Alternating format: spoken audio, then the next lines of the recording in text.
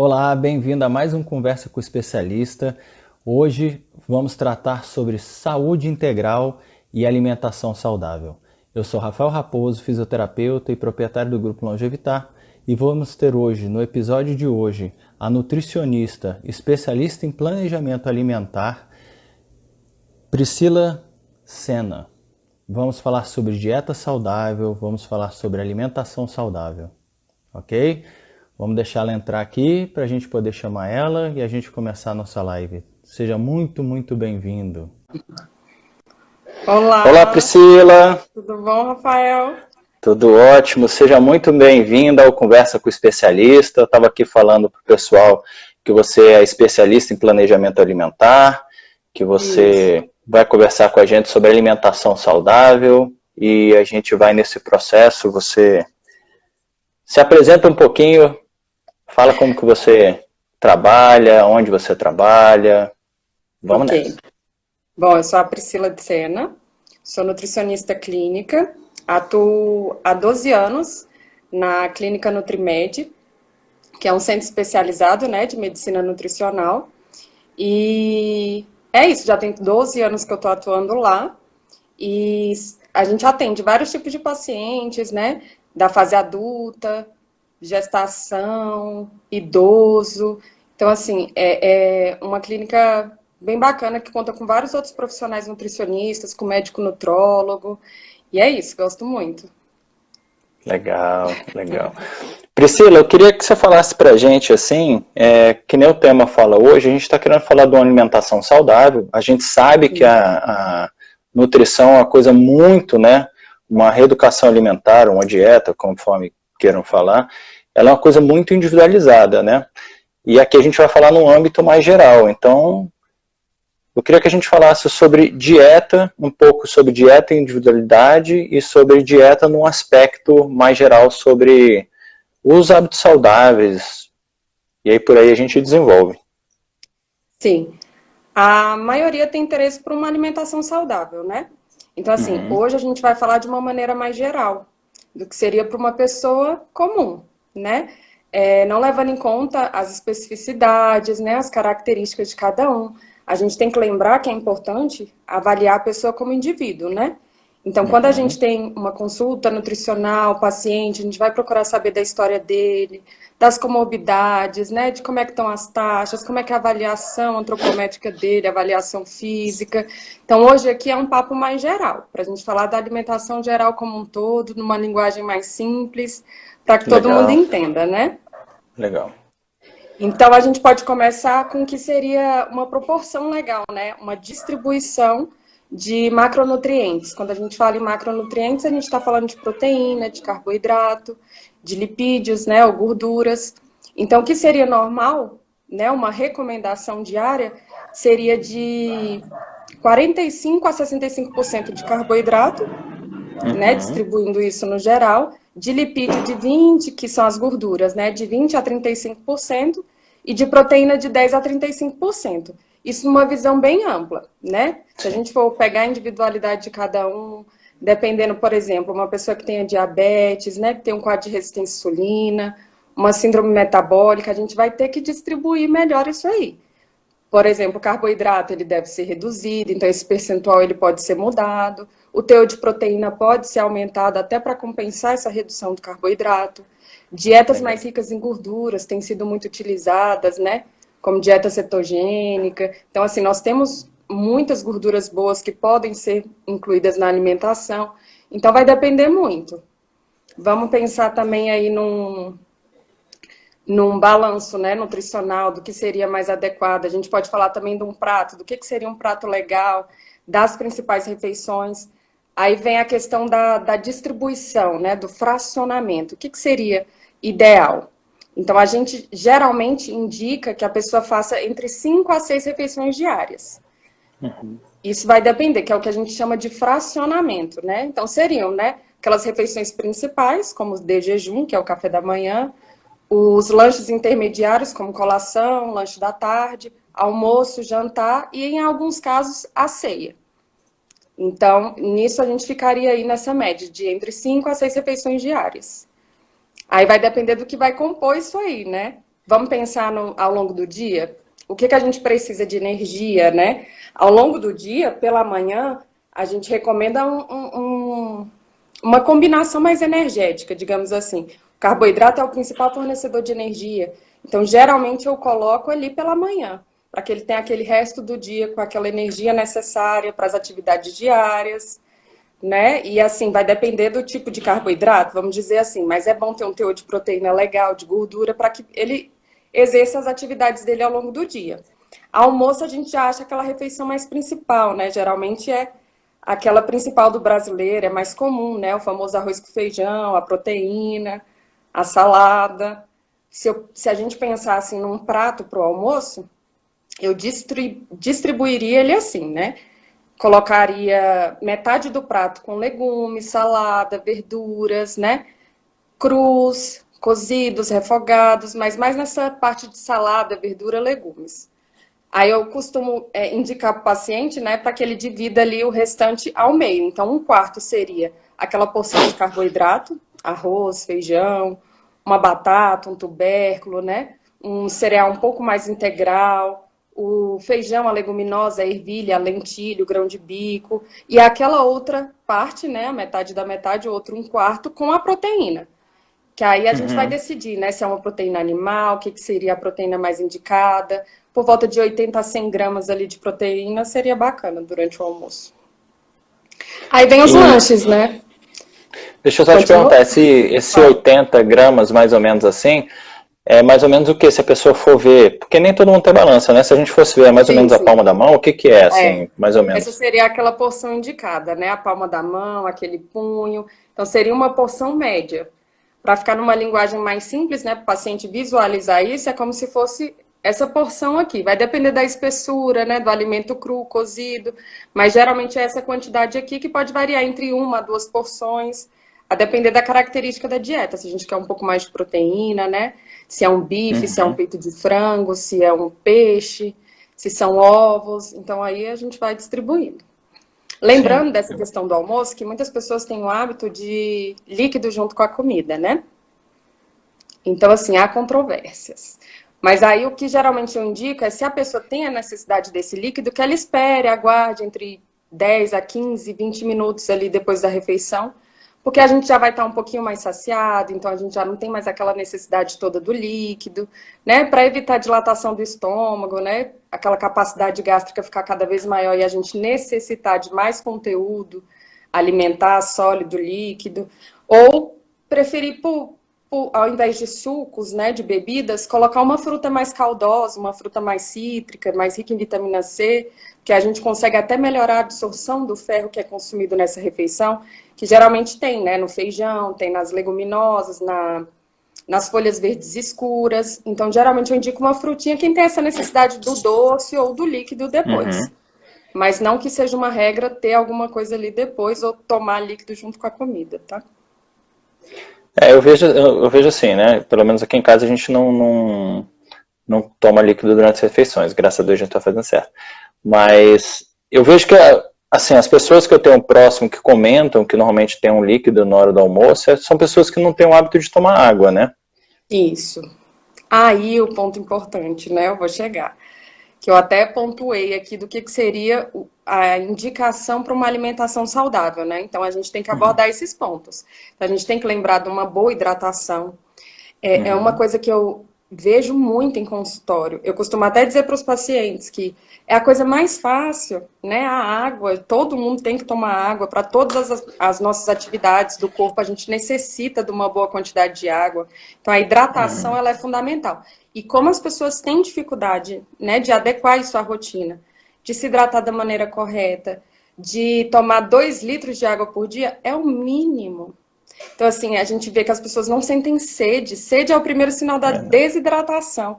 Então, assim, a gente vai esperar ficar desidratado para poder tomar um copo de água. Né? Então, o que a gente precisa? Tentar se policiar. O que eu costumo dizer? É rotina. É hábito. Então, você adquire esse hábito. Vai começando de uma forma um pouco mais obrigatória, né? E a gente colocar aquilo como hábito. E principalmente nesses intervalos entre as refeições. Então, até pacientes com obesidade, sobrepeso, que têm uma saciedade mais reduzida, né? Que têm o costume de estar beliscando, que sentem mais fome. Às vezes, essa fome pode ser um sinal de desidratação. Então, se você é bem hidratado ao longo do dia, se você toma vários copos de água ali, eu digo água pura, não é chá, não é Aham. suco, não é café. E aí você tem essa hidratação mais adequada, a gente nota até essa redução do apetite, essa necessidade de estar beliscando, porque muitas vezes é sede, e a pessoa nem consegue identificar que é isso. Caramba, que legal. Pois é, e 2 litros é tipo o mínimo mesmo, que eu recomendo é de 3 a 4 litros, vai depender de cada um, de quilo de peso, tem todo um cálculo para fazer, mas de uma maneira geral é isso, no mínimo 2 litros. E ao longo do dia, né? Tem gente que deixa para tomar só quando chega em casa, porque não quer ir muito ao banheiro. Você segurar o xixi, você evitar de urinar é péssimo, isso favorece quadro de infecção urinária. Isso leva a uma desidratação. Então, assim, o certo é a gente fazer xixi várias vezes ao dia, porque tá tomando mais água mesmo. A urina sai mais clara. Então, você vê, né, os mitos, as coisas que as pessoas criam mesmo. E é a coisa mais fácil, gente. Água barata, todo mundo tem acesso e é fundamental. Nossa, ver minha avó era sábia, né? Eu achava que ela sempre não queria me dar comida. Quando eu era moleque, chegava lá para casa, na casa da minha avó e ficava, vó, me dá uma comida, aquela, antes do almoço, né? Ela, Toda menino, toma um copo d'água que isso é sede. Ela sempre isso falava, eu mesmo. falava, pô, minha avó tá zurando a comida, né? A gente fica com ela, cara, toda Mas vez é que eu peço bom. um ranguinho pra minha avó, ela me dá um copo d'água. Não, vai tomar água que isso é sede, né? E a gente acha que Verdade. é. Verdade, confunde isso com fome. E crianças também é importante, né, a gente lembrar, porque criança tem uma dificuldade de lembrar. Se até adulto, né, às vezes não lembra de tomar água, imagina criança. E os pais, por não terem esse hábito, passam isso. Então, muitas vezes não é fome, é sede. Então, é importante lembrar isso e que os pais tenham essa preocupação de oferecer mais água, de hidratar melhor, de oferecer ao longo do dia, não concentrar só em um horário do dia à noite, ou então quando fez um pouco mais de exercício, ou porque hoje está mais quente. Botar tomar água. Agora que a gente está, né, no inverno, as pessoas reduzem muito o consumo de água por conta disso. Pela sensação de frio, a sensação de sede é diminuída. E Brasília é super seca, baixa em umidade, então a gente precisa ainda mais dessa hidratação adequada. Legal, legal mesmo. Voltando lá E para aí, aquela questão, né, que eu nem concluí a distribuição, o que eu costumo orientar é para que no jantar a gente tenha uma redução, né, do aporte calórico, uma redução da ingestão de carboidrato, porque à noite a recomendação é que a gente coma coisas mais leves. Então, uhum, aqueles lanchinhos ali, ok, tem um carboidrato, o outro, né, uma distribuição melhor. Quando a gente pensa no jantar, é bacana que tenha uma quantidade legal, muitas vezes de carboidrato, de proteína, mas que esse seja de mais fácil digestão, que seja uma proteína mais magra, né? Que já tenha passado por um processo de cocção, porque a gente tem a gente abranda um pouco mais as fibras, né? Então a digestão ela fica mais facilitada. Vamos pensar, à noite a gente vai dormir. Então, não vai gastar energia, não vai ter o resto do dia ali para desenvolver as atividades. Então, o que seria interessante? Coisas mais leves, cozidas, né? No vapor, refogadas, uma proteína um pouquinho mais macia, coisas mais leves para que a gente, como é que a gente fala? Desloque essa energia para o sono, que é outro ponto importante. Dormir bem, dormir mais horas, porque se a gente fica muito cheia, aquela digestão ali, né? O organismo está trabalhando voltado para aquilo. E muitas vezes a gente não consegue dormir por estar muito cheio, por ter comido coisas mais pesadas, por não ter se alimentado de uma forma mais correta, e porque a gente não vai gastar tanta energia, é dormir. Então, o sim, interessante seria diminuir esse consumo energético da noite, né? Ok. legal. Porque tem até o esvaziamento, né? Eu tinha um aluno que ele sempre falava assim pra mim, que ele tinha aprendido com a nutricionista dele, eu duvido que tenha sido com a nutricionista, mas ele falava assim pra dar mais poder à fala dele, né? Ele Uhum. falava assim, meu nutricionista falou que eu tenho que comer como um rei, almoçar como um plebeu e jantar como um miserável. Ele falava Que a muito isso, então tendência é essa redução. quando você falou isso, eu falei, cara, eu lembrei dele assim, porque ele falava sempre isso, comer como um rei, almoçar como um plebeu e jantar como um miserável. Aí você vai dormir bem, você vai estar com uma dieta balanceada, que não é balanceada, né? Que a gente sabe que o balanço é outra coisa, né? É. Mas E essa ele questão fala também é ter cuidado com a redução, né? Com a inapetência. Então, assim, tem coisas específicas que a gente pode levar em consideração, mas de uma maneira geral seria isso. O consumo energético maior durante o dia, a gente vai diminuindo conforme essa atividade, esse gasto energético. É importante a gente ter esse balanço, né? Porque muito vai Uhum, depender do quanto você gasta, do quanto você consome. Ainda tem muito sim, esse cálculo, né? Então, ter cuidado. Se você consome demais e não gasta, essa energia é acumulada. Então, muitas vezes vira gordura, né? A gente cria esses depósitos de gordura e a tendência é esse ganho de peso progressivo. Então, a importância da atividade física. A gente precisa gastar, né? Consome-se muita caloria, muito carboidrato e ele não é gasto. Por sim. isso, o número crescente aí de sobrepeso, de obesidade, de doença crônica, de síndrome metabólica, bem relacionadas a essa questão do ganho de peso. Então, a gente tem que ter cuidado nesse sentido e distribuir É, melhor isso, né? você tinha até falado, quando a gente conversou antes, né?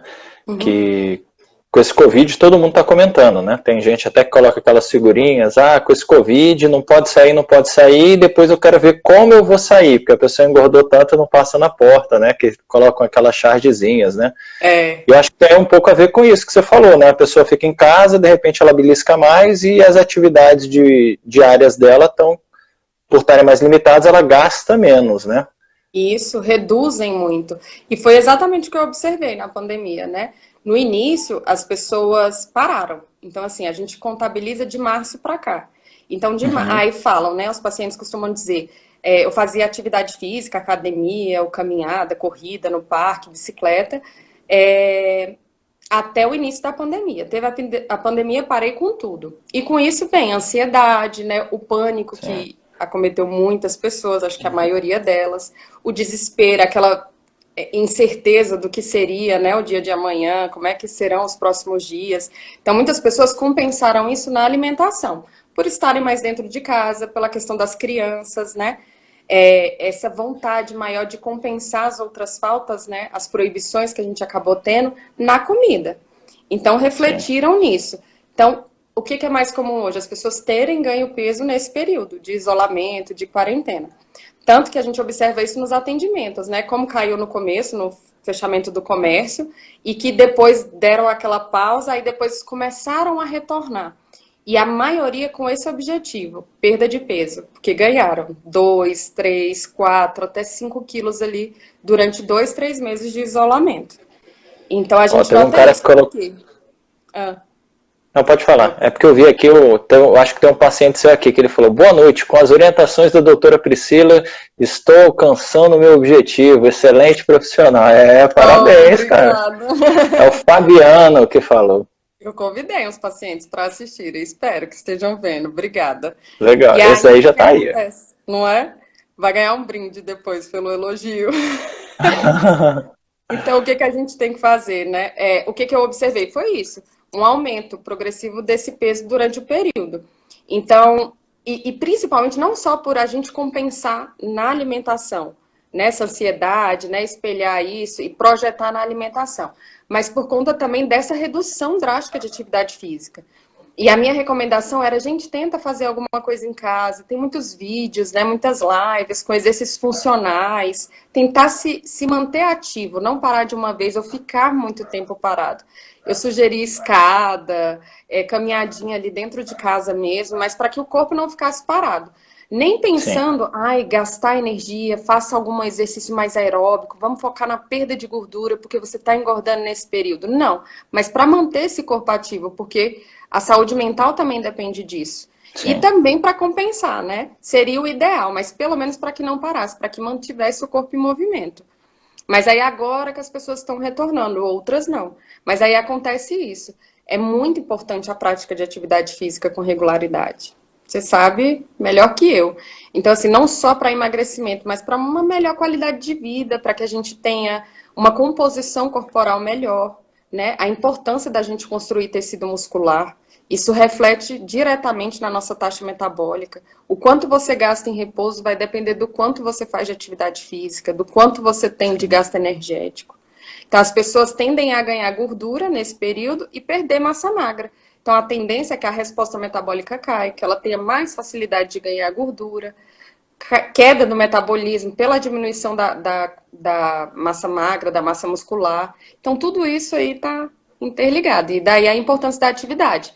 Então, o que eu recomendo, né? No mínimo, 3 vezes na semana. Seria uma atividade física regular.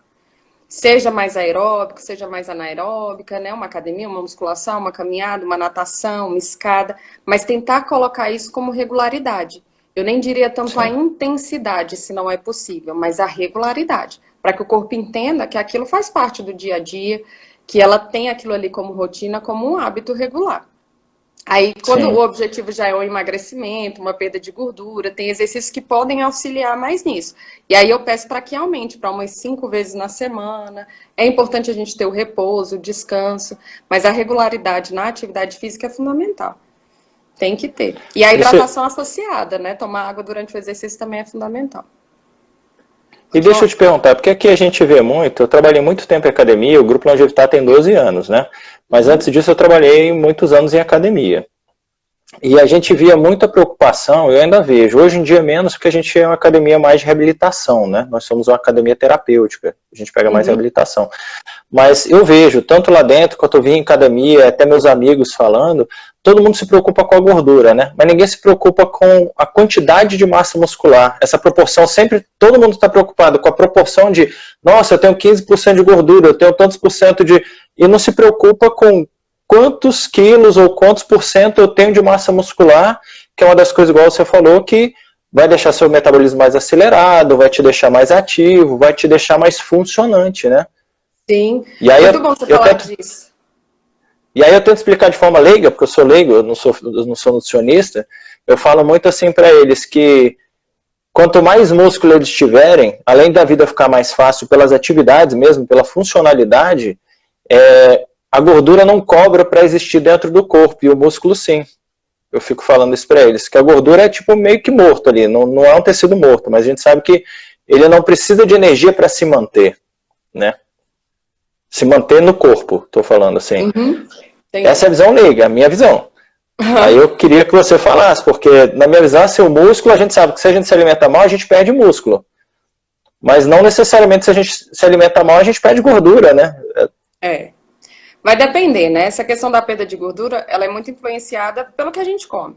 Eu costumo dizer que 100%, 70% é a nossa alimentação. Sim. Os outros 30%, geralmente eu falo, né? 20% seria ali o seu gasto energético, 10% do seu repouso, outras coisas. Mas é mais ou menos assim. Então, a gente consegue emagrecer só com a alimentação. Mas e aí? O objetivo é só perder gordura? É muito importante essa composição, essa construção de tecido muscular, por vários fatores. E a gente frisa um pouquinho mais nessa questão da taxa metabólica, né? Então, se você ganha mais massa muscular, você consegue se manter mais magro, você consegue se manter mais ativo. A questão da elasticidade, né, da musculatura, da mobilidade, a questão articular, né, igual você estava falando numa outra live. Então, assim, é importante a gente manter esse movimento. E é muito importante a gente construir esse tecido muscular. Então, ter cuidado com isso, não se preocupar só em perder gordura. Quando a gente fala de percentual de gordura, as pessoas ficam muito focadas nisso, né? Eu quero ter 15% de gordura, eu quero ter, sabe, quantidades bem abaixo mesmo. E na composição, na avaliação física que a gente faz lá na clínica, que é baseado na bioimpedância, a gente tem esse valor, né, que é o percentual de gordura. Então, para a mulher seria até 28%, e para homem até 20% ali seria dentro da recomendação. Então, abaixo disso seria melhor, né? O limite ali, para homem 20, para mulher 28. Baseado nesse exame de bioimpedância. Tem outras medidas antropométricas, né? E aí as pessoas ficam com essa preocupação, né? Eu quero ter tanto. Meu Deus, como meu percentual de gordura é alto. E pela avaliação do exame, eu até falo isso para os pacientes, que ele é muito mais influenciado, esse valor de percentual, ele é muito mais influenciado pelo ganho de massa magra do que pela perda de gordura. Então, se o paciente não faz exercício, não procura esse crescimento muscular, né, essa melhora da composição e foca só em perder gordura, esse percentual ele nem se mexe tanto assim. Porque ele é muito influenciado pela quantidade de massa magra que ele tem, que ele vai ganhando ao longo do tempo. Então, As dietas devem ser adequadas para isso. Se a gente faz dieta muito restritiva, como uma dieta só da proteína, apesar do músculo precisar muito dessa proteína para uma construção, a gente não tem muito crescimento muscular. A gente pode ter até uma perda maior de gordura. Então, a importância também do carboidrato, da melhor qualidade desse carboidrato, para que a proteína entre melhor no músculo, ela precisa de um carboidrato. Então, assim, é mais ou menos por esse caminho. E Priscila, deixa eu te perguntar uma coisa. Para fugir um pouco do que a gente fez no nosso roteiro. É que a gente criou um roteiro, mas é uma dúvida que surgiu agora mesmo, assim. Eu queria que você falasse um pouco da importância do café da manhã, porque um dia desse eu atendi uma paciente e ela me falou que ela tomava um café preto de manhã e a primeira refeição dela era o almoço, e ela achava que estava arrebentando, porque, tipo, eu tô fazendo...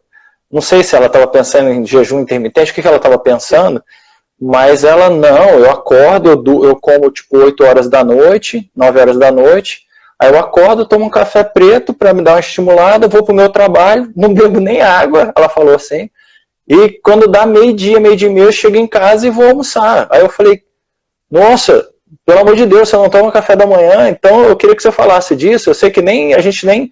Mas quando você foi falando aí, pum, eu lembrei na hora, na cabeça aqui. Sim. Tem muita gente que não dá importância para o café, é isso que eu estou falando assim, né? O que eu vejo muito, pessoas que relatam que não têm muito apetite pela manhã. Então acordam e não sentem fome, não tem essa necessidade. Vários que falam que a primeira refeição do dia é o almoço. Outros só têm esse hábito de tomar o cafezinho preto e pronto, segue a vida até o horário do almoço. Há um tempo atrás, a gente achava isso super errado, porque era importante, tem que ter aquela primeira refeição, você ficou um longo período em jejum. Então a gente teria que avaliar, né? Saber um pouco mais dessa paciente, qual seria o objetivo dela, o que ela estava seguindo. A gente já consegue identificar que ela é falha na hidratação, que talvez ela estivesse seguindo um jejum intermitente, que tem o seu lado positivo, não é para todo mundo. Então, assim, a gente tem que saber se a pessoa pode fazer algo do tipo, se ela tem esse hábito, né, na rotina dela. Igual eu estava falando, tem pessoas que não têm vontade de comer, que se a gente tenta insistir em comer alguma coisa, se sente mal, se sente desconfortável. Então, é muito importante a gente avaliar a individualidade, né? Qual a preferência, qual o costume, qual o hábito da pessoa. Então, se é uma pessoa que tende mais para esse lado de ficar mais inapetente mesmo pela manhã, talvez não seria legal colocar. É igual treinar em jejum. Em alguns casos, a gente tem sucesso na resposta, pode ser uma boa estratégia, mas aí a gente tem que avaliar cada um. Mas, de um modo geral, seria interessante consumir, por aquilo que eu falei lá atrás. Sua primeira refeição, você veio de jejum prolongado ali do período da noite, então seria interessante comer algo. E se ele opta por não comer, se é a melhor opção, a gente tem que ver o que ele vai comer depois. Então é muito importante esse almoço ser bem completo. Ter uma boa fonte de proteína, uma boa fonte de carboidrato, talvez. Em dietas mais cetogênicas a gente vai ter mais gordura e proteína. Mas numa dieta um pouco mais balanceada, vamos pensar em emagrecimento, eu colocaria um pouco mais de legume, de verduras, né? Talvez uma fonte de carboidrato mais complexa, um carboidrato mais integral, uma leguminosa, uma proteína, né? Animal, talvez. Aí a gente vai tentando ajustar. Mas ter esse cuidado. E assim, uma gordura boa, uma gordura do azeite, talvez uma fruta um pouquinho mais gordurosa, como o abacate. Então a gente tem que tentar dosar isso aí, para até suprir aquele período todo que ela ficou. O que eu observo com pessoas que comem poucas vezes, é que muitas, quando vão comer, vão fazer essa refeição ali, a primeira do dia, não come o que é mais adequado. Então a gente precisa arrumar o que ele come ali, organizar melhor e distribuir o que ele precisa de nutriente ao longo do dia nessa principal refeição. Então tudo é uma questão de individualizar, né? De avaliar cada detalhe ali. Agora, se ele vai fazer outras refeições ao longo do dia, adequar o que vai comer. O que acontece muito é isso, a pessoa vai almoçar e almoça arroz, feijão, fritura, aí na hora do lanchinho pega um biscoitinho, à noite vai lá e vai fazer outro lanche, à noite eu não sinto muita fome não. O que eu mais escuto é, não gosto de jantar, para mim comida é muito pesada. Mas e aí, o que você come? Eu como uma tapioca com ovo com queijo e uma banana. Aí o outro, eu tomo um leite com Nescau e um biscoito de água e sal com manteiga. tipo, só gordura e carboidrato no período da noite. E tá jurando que aquilo ali é leve, porque é um lanche. É. Então, muito cuidado com os lanches, porque os lanches, eles geralmente puxam o carboidrato. E nem sempre é aquele melhor carboidrato. Não que o carboidrato seja um vilão. Não é a nossa principal fonte de energia. Mas as pessoas têm o hábito de consumir mais carboidrato refinado, mais farinha branca, mais ricos em açúcar, ou mais industrializados, né? Esses alimentos mais processados. Então, muitas vezes, vem outras substâncias, além dessa questão do carboidrato, da gordura, a gordura vegetal hidrogenada, aquelas substâncias que dão crocância, o próprio glúten, e aí vai. Então, tem que ter muito cuidado com o que vai comer. Então, na maioria das pessoas, sim, para mim é uma das principais refeições. Não seria só o almoço, o de jejum seria. Então, a gente tem que avaliar o que seria adequado. E a importância, você falou da questão da água. Toma um café, cafeína geralmente retém líquido, né? E aí Uhum. depois fica ali sem tomar nada de água até o horário do almoço. Então, Cara, muitas dá uma... pessoas são viciadas, dependentes do café, da cafeína. E aí acaba substituindo a água pelo café. Então, toma ali 2, 3 xícaras no meio da manhã e não tomou um copo de água. Então, a gente precisa reavaliar isso, né? E deixa eu te perguntar, porque você falou ali, eu acho super interessante, assim, né? Você falou dos embutidos, assim, né? Você falou mais da... Tem muita gente que tem um hábito, né? Que acha que comer bem é, de repente, pô, vou comer... Porque tá de dieta e fala, vou comer um peito de peru. Não tô falando do peito de peru em si, não é Sim, isso. Mas, assim, tem muito hábito de comer o que já tá pronto, né? Os saquinhos, sim. O é um processado, né? biscoitinho, exatamente. E aí eu queria que você falasse um pouco sobre isso, sobre esse lance de processado e alimentação mais natural, sua opinião, assim, como que você coloca isso, né, para os seus pacientes, né? Porque ali as pessoas estão ali para te ouvir, igual aqui. Eu falar, não, não como processado é uma coisa, mas quando eles chegam na sua frente, que você é uma autoridade no assunto, então eles chegam, eles estão querendo realmente uma ajuda, e várias pessoas acham que os processados mesmo, nossa, não, eu tô com a fome, eu não vou comer algo pesado, igual a nutricionista lá falou, vai ter gente que vai falar, aí eu como 7 fatias, 8, sei lá, não é nem fatia, eu como salaminho à noite, eu pego e pá, tomo um salaminhozão e vou dormir. É Né? Tem muita proteína, gente. né? Bota pra dentro. E aí não vê essa relação de embutido, eu tô falando assim, mais. Porque o ovo também seria proteína, né? Mas aí a pessoa tá tão condicionada a não ter que ter trabalho que ela acaba optando por opções mais já processadas, né? É o lance da praticidade, né? As pessoas querem praticidade, elas não têm muito tempo. Então, assim, tem tempo para várias coisas. Eu sei que a rotina da maioria é bem puxada e deveria ser prioridade a alimentação, né? Porque é a base. É a Sim. base. E as pessoas, não tenho tempo, eu não tomo café porque é muito corrido. Adolescentes que, eu prefiro dormir do que tirar um tempo para preparar meu café da manhã. Eu vou comer lá para as 10 horas no intervalo do colégio. Então, assim, é o lance da praticidade. Querem as coisas fáceis, prontas, já preparadas e independente da composição. É o que eu consigo comer ali da forma mais rápida.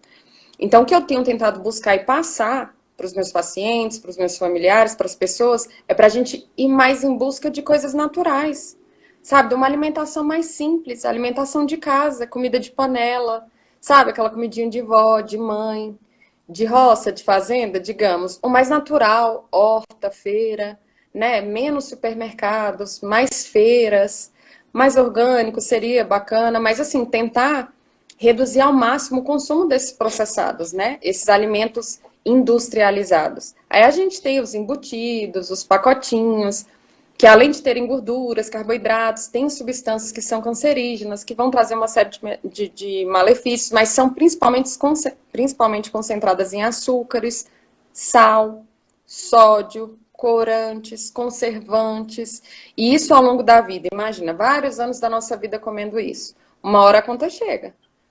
Porque Sim. isso mexe assim, diretamente na nossa célula. Daí a importância da gente consumir alimentos mais naturais, que são mais ricos em antioxidantes, em micronutrientes, né?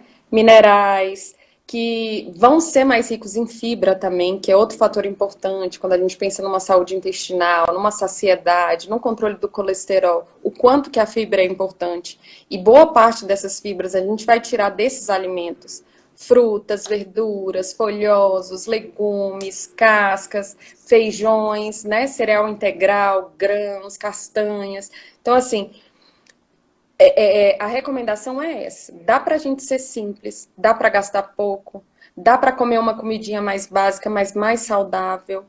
Mas se a gente não usar como prioridade essa questão da praticidade, a desculpa da falta de tempo. É desculpa. A gente tem que priorizar certas coisas. Então, que a alimentação seja prioridade nas nossas vidas, porque é a base de tudo. A gente é o que a gente come e a gente é o que a gente não come. Priscila, eu vou te fazer 3 perguntas que fizeram aqui, só para a gente não perder, que eu acho que uma delas você já meio que respondeu, mas eu acho que deixou um pouco de dúvida.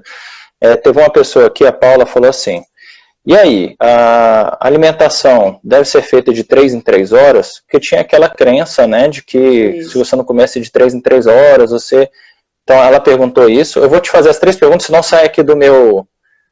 Tá? E a gente vai tentar responder.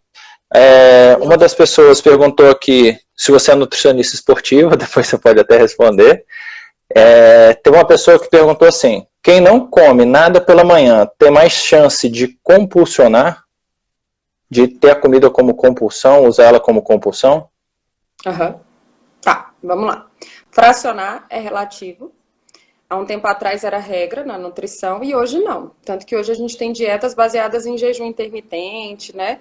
Em dar um intervalo maior entre uma refeição e outra, não baseada no jejum. Então a gente tem que avaliar qual a rotina, como ele se adapta a isso, qual vai ser a melhor resposta, qual é o objetivo, a finalidade dele, por que ele procurou ajuda. Então, em média, seria comer a cada 3, 4 horas ali de intervalo. Vai depender, você sente muita fome? Então, seria bom fracionar. Então, esse intervalo de 3 horas eu acho que seria ali o mínimo. Mas se não, o que acontece muito? Eu coloco ali aquele fracionamento, aí o paciente fala, eu tô comendo sem vontade. Eu não sinto necessidade dessa refeição. Aí eu já pergunto, você compensa essa pulada de refeição na refeição seguinte? Então ali, eu fiquei um tempo maior sem comer, mas na hora do almoço eu tô morrendo de fome. Eu quero comer muito. Aí seria interessante, mesmo assim, colocar um fracionamento, um pequeno lanche ali antes. Agora, se não, se ela fica bem, a gente pode dar esse intervalo maior.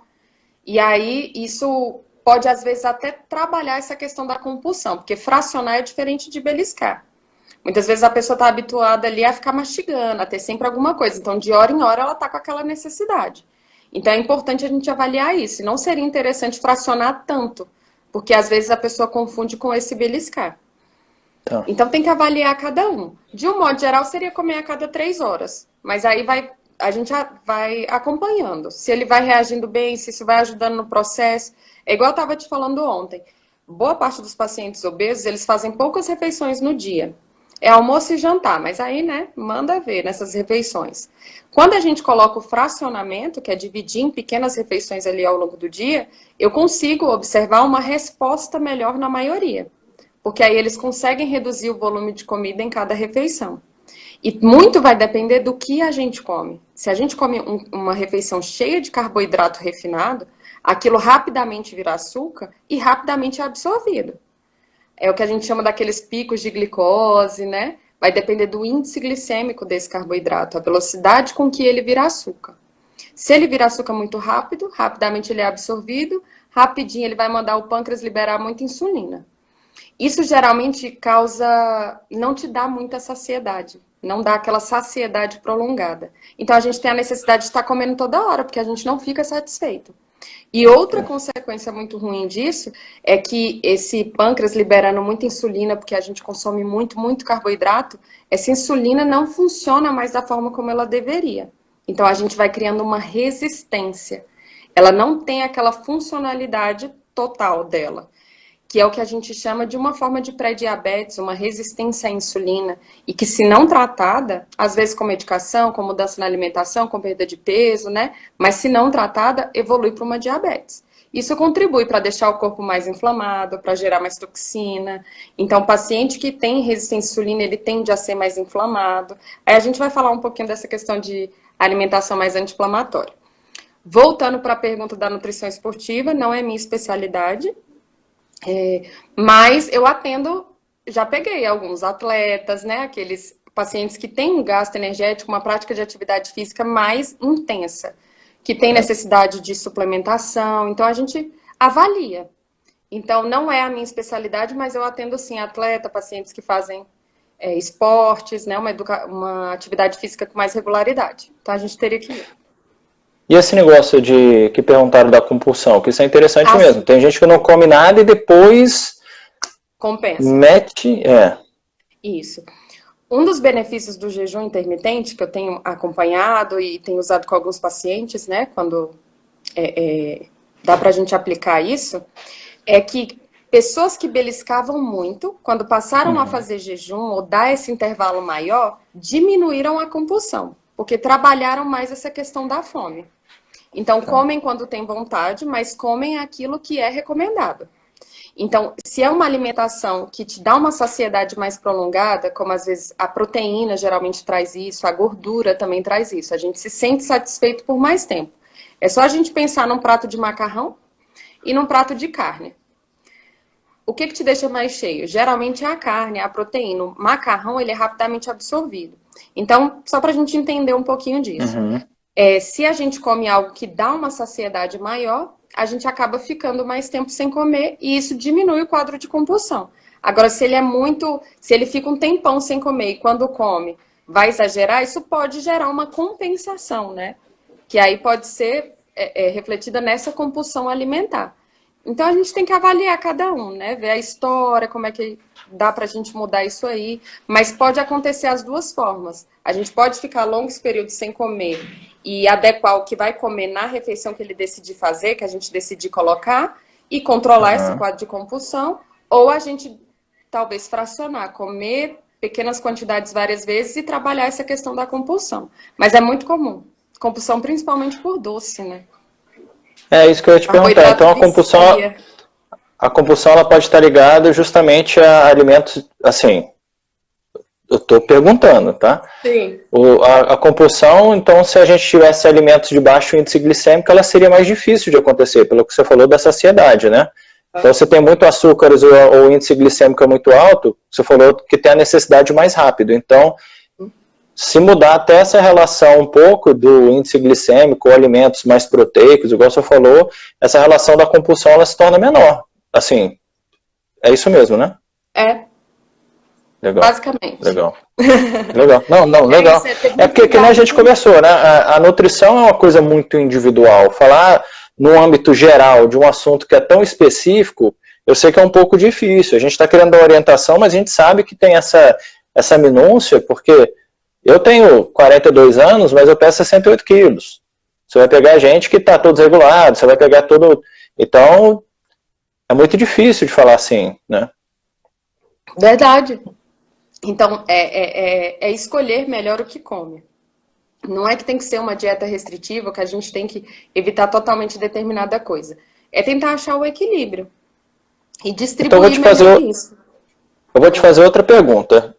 A gente tem uma falácia aí que tem alimentos mais inflamatórios e alimentos mais anti-inflamatórios. Você pode falar um pouco disso pra gente, assim? Porque dizem do limão, né? Até a galera fica brincando. Limão e gratidão parece que soluciona a vida.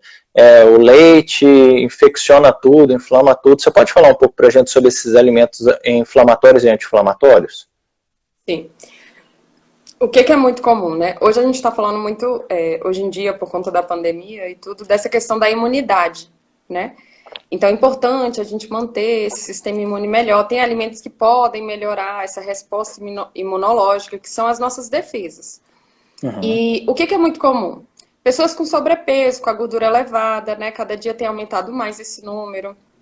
Em vários países desenvolvidos, mas no Brasil também não é diferente, a gente tem tido esse aumento. E é um país que ainda sofre com a fome, mesmo assim tem números altíssimos de obesidade, sobrepeso. Boa parte da população está com sobrepeso. Então, esses pacientes, eles tendem a ser mais inflamados, né? Então, muito dessa inflamação corporal vai depender do que a gente come. De fatores externos, né? Como poluição, agrotóxicos, agrotóxico, tem uma série de coisas, mas vamos pensar aí nessa questão alimentar.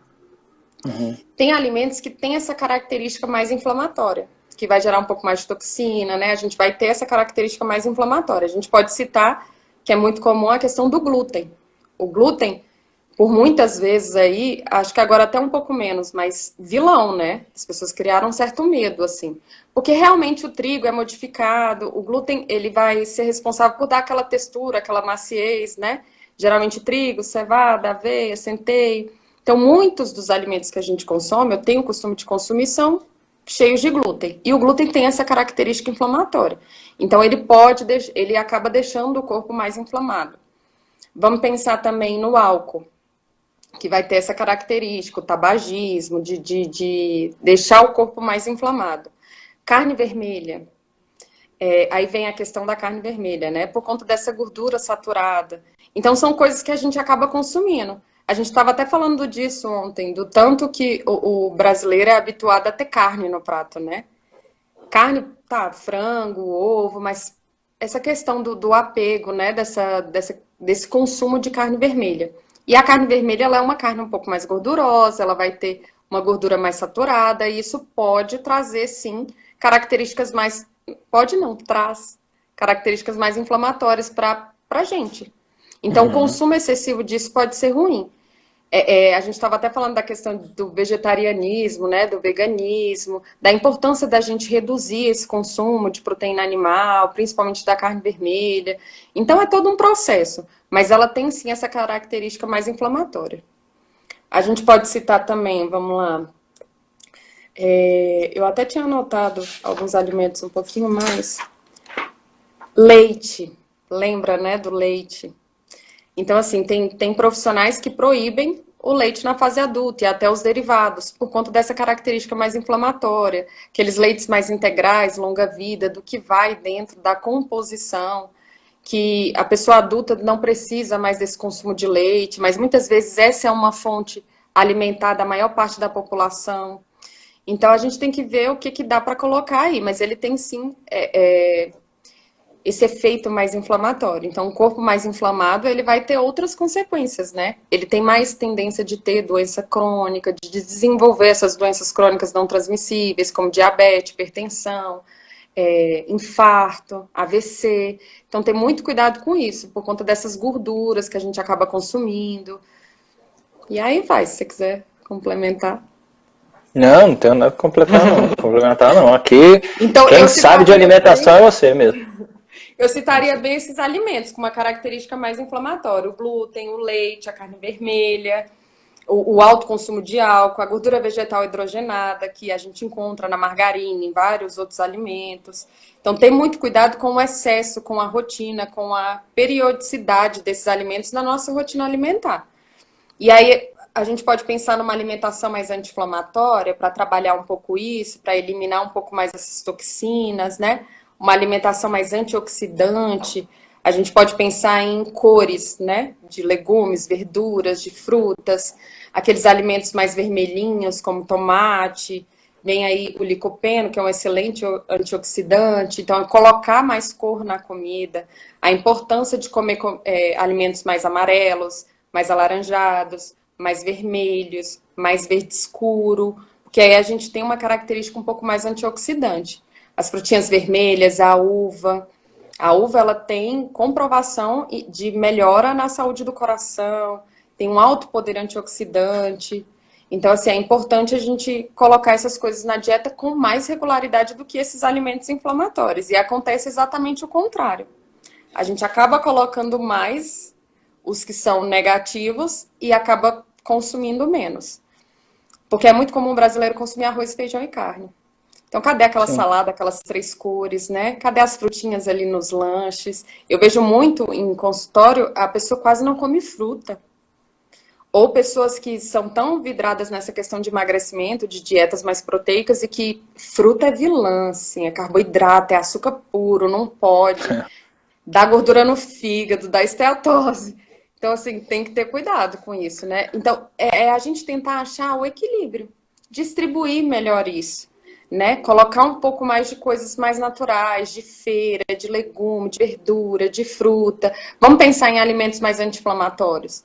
Também vamos pensar na carne, na proteína. Os peixes, então os peixes mais gordos, eles são ricos em ômega 3. Sardinha, que é um peixe mais barato. Aí vem o atum, vem o salmão, vem a anchova, vem o arenque, mas aí a maioria das pessoas consomem pouco peixe. E o peixe tem essa gordura boa, que é o ômega 3, e que tem uma característica super anti-inflamatória, que vai ajudar no seu sistema imune, vai ajudar na melhor produção de hormônio, vai ajudar na temperatura corporal, vai ajudar numa melhora do seu perfil lipídico, na sua saúde do coração, na memória. Então, a gente tem uma série de benefícios. E, geralmente, é necessária a suplementação de ômega 3 por conta dessa falta na dieta. Então, a gente não consumir tanto, ou peixes aqui é mais de criatório, né? Então, a gente não vai ter essa quantidade de ômega 3. Então, tem que ver isso aí direitinho. Mas nós temos outros alimentos, como o alho, que tem uma característica super anti-inflamatória.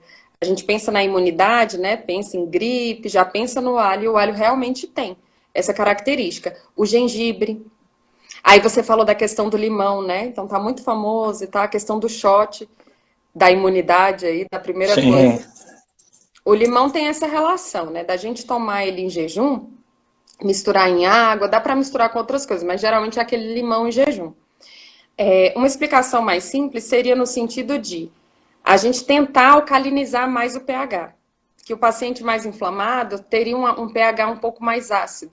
Então, a gente tomar esse ácido logo pela manhã, a gente força o organismo a produzir substâncias mais alcalinas. E alcalinizar o pH diminuiria essa inflamação corporal. Legal. Então, tem comprovação nesse sentido e tem fundamento. Seria interessante. Por isso que está cada vez mais comum. Aí a gente pode pensar na cúrcuma para misturar nesse shotzinho de limão, né, que é o açafrão da terra. Na pimenta do reino, que tem uma substância que melhora a absorção da substância que é bacana na cúrcuma. Então, fazer essas combinações, chás, shots, né, ou temperar as comidas, as refeições com esses alimentos seria interessante. Então, a gente já falou, né, do alho, do gengibre, da cúrcuma. Aí tem o grupo das brásicas, né, a gente pode pensar em repolho, couve-flor, brócolis, espinafre, que tem uma ação bem antioxidante, anti-inflamatória. A gente pode falar do azeite, a importância do azeite de oliva, uma gordura super boa, positiva. A gordura do abacate também. Então, a gente tem os ômegas, né, 3, 6, 9. A gente pensa nos peixes, principalmente para essa questão do ômega 3. E vem a gordura do abacate, que é excelente para uma série de coisas. A gordura das sementes, da chia, da linhaça, que também é rica em ômega 3. Das sementes, semente de abóbora, semente de girassol, a importância de consumir vitamina E, que é um excelente antioxidante, a gente encontra nessas oleaginosas, do selênio, do magnésio. Então, assim, tem coisa aí pra gente explorar. Para colocar no dia a dia. Excelente. Incorporar no hábito. Priscila, eu queria fazer um desfecho com você. Eu sei que, cara, o papo tá interessantíssimo. Eu conversaria mais umas 2 horas. A gente tem mais uns 4 minutos aí no máximo. Eu queria que você deixasse um recado final, uma visão sua mesmo, assim. Sim. Se você pudesse deixar seu telefone aí, para se alguém quiser alguma coisa mais direcionada, alguma coisa por aí, também seria legal, né? Porque aqui a gente fez um papo amplo e de repente a pessoa fala, pô, preciso de umas dicas tal, e já consegue fazer isso com você. Isso. É muito importante, né? A ajuda do profissional de nutrição.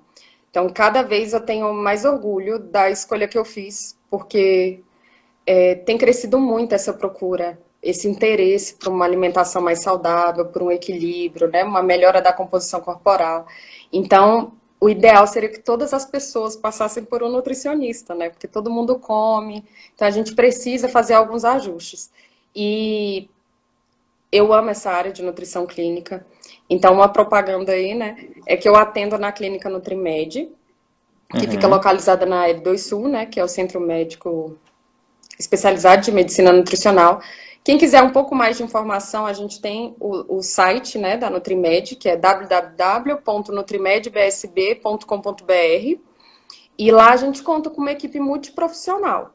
Então, ela é coordenada pelo médico, nutrólogo e intensivista, que é o Dr. Eduardo Luiz Dantas, e mais outros 3 nutricionistas, além de mim. Temos outras especialidades, que é a andrologia, com o Dr. Wellington, dermatologia, com a doutora Gleice. Então, nós temos outras especialidades, mas vamos focar um pouco mais na parte da nutrição. E, se necessário, né, essa questão a gente tem essa parceria do atendimento em conjunto com o médico nutrólogo, que torna a coisa ainda mais especial, né, um pouco mais abrangente. Então, a gente tem análise de exame laboratorial, avaliação física a partir de exames metabólicos, exame de bioimpedância. A gente aceita alguns convênios. Já tem 12 anos que eu atendo... 12 anos não, desculpa. Desde 2012 que eu atendo na Nutrimed, mas ela já é uma clínica um pouco mais antiga, com tradição. A gente prioriza esse atendimento humanizado, né, de avaliar o paciente mesmo como indivíduo. Então, é bem interessante. Quem tiver interesse, também tem o telefone, né, da clínica, que é 3346-6000, e vai ser um prazer. Aí, o público, né, é muito variado. Então, assim, fase adulta, desde, sei lá, até adolescentes, né, uns 12, 13 anos, a gente já começa a atender, até idoso. Então, doenças como alergias alimentares, intolerâncias, doenças do trato gastrointestinal, não só o foco, mas o emagrecimento assistido, a perda de peso, o controle do peso, uma melhora da composição corporal, uma orientação mais voltada para a prática de atividade física, ganho de massa muscular, suplementação, fitoterápicos. Então, abrange aí um pouquinho de tudo. É bem bacana. Legal. Quem tiver interesse vai ser um prazer. Priscila, eu agradeço muito você ter feito essa live comigo. É fenomenal, eu acho que teve muita informação bacana, eu acho que depois vale até a pena as pessoas que estão assistindo, a gente vai jogar isso no YouTube, vai disponibilizar lá, ela acessar de novo, ela olhar, porque a gente vai falando aqui, vai se empolgando, a gente fala rápido, e de vez em quando a pessoa quer anotar até um detalhe. Tem muita informação na cabeça, às vezes sai um pouco confuso, desculpa aí qualquer coisa. E que a gente tem novas oportunidades, a gente tem muita coisa para falar, a nutrição assim, é gigante. Isso aí é só uma pontinha do iceberg. A gente queria colocar a pulguinha na cabeça de cada um dos que estão nos assistindo, para a gente realmente, que é uma parte que eu acho muito importante da saúde mesmo, assim, o nosso tema, né, saúde integral. Eu acho que a nutrição é uma coisa assim fantástica, e a nutrição ela tem que ser feita. Eu concordo com você. Você colocou aí que a nutrição é basicamente 70% do resultado de uma pessoa. Eu sempre tive essa visão também de, cara, atividade física é bacana? Muito. Vai tratar muita coisa? Vai. Mas a partir do momento que você se alimenta mal, você dificulta muito o meu trabalho. Eu fico brincando assim, o meu trabalho é dificultado pelo que você come. Quando você me ajuda comendo melhor, você está se ajudando, me ajudando a te recuperar, te reabilitar de forma mais fácil. Isso, e tirar esse mito de que é difícil, de que é caro, de que nutricionista não é para todo mundo, que a gente pode ter uma alimentação mais simples, mais variada, mais natural, comidinha de casa mesmo, que a gente tem que descomplicar isso, e existem várias maneiras, e seria interessante a gente se interessar mais por isso. Perfeito, é isso mesmo, é aquele detalhe que faz a diferença, né? Exatamente. Faz muita diferença. Obrigada, agradeço muito mesmo de você estar aqui com a gente. Agradeço de verdade, assim, de coração. Acho que deu para explanar legal para todo mundo entender, né? Quem tiver alguma dúvida maior, procura a nutrição. Eu vou falar para você, gente. Eu sou cliente da Nutrimed lá, ó. Eu sou, para quem não sabe, eu sou vegetariano, e a gente se conheceu assim. Ela fez uma adaptação da minha dieta. Eu, graças a Deus, me tornei vegetariano e parei de comer bicho. Então, a Priscila me ajudou nessa minha adaptação ao vegetarianismo para que não faltasse nenhum nutriente. Eu sou grato a você por ter feito minha nutrição, e eu sou grato por você ter participado dessa live com a gente. Obrigado mesmo. A confiança, o convite, e que a gente tenha novas coisas aí. Você continua sendo meu paciente. Legal. Você. Obrigada. Gente, brigadão a todos que estão assistindo. Que nem eu falei para vocês, vai estar lá no YouTube. Depois a gente vai colocar no YouTube disponível para vocês. Espero que a gente tenha ajudado. Espero que vocês se alimentem melhor. Espero que vocês fiquem desinflamados, né? Que é o principal. Isso. Uma ótima noite, obrigado mesmo. Valeu de coração. Beijo, obrigada, Beijo. gente. Tchau.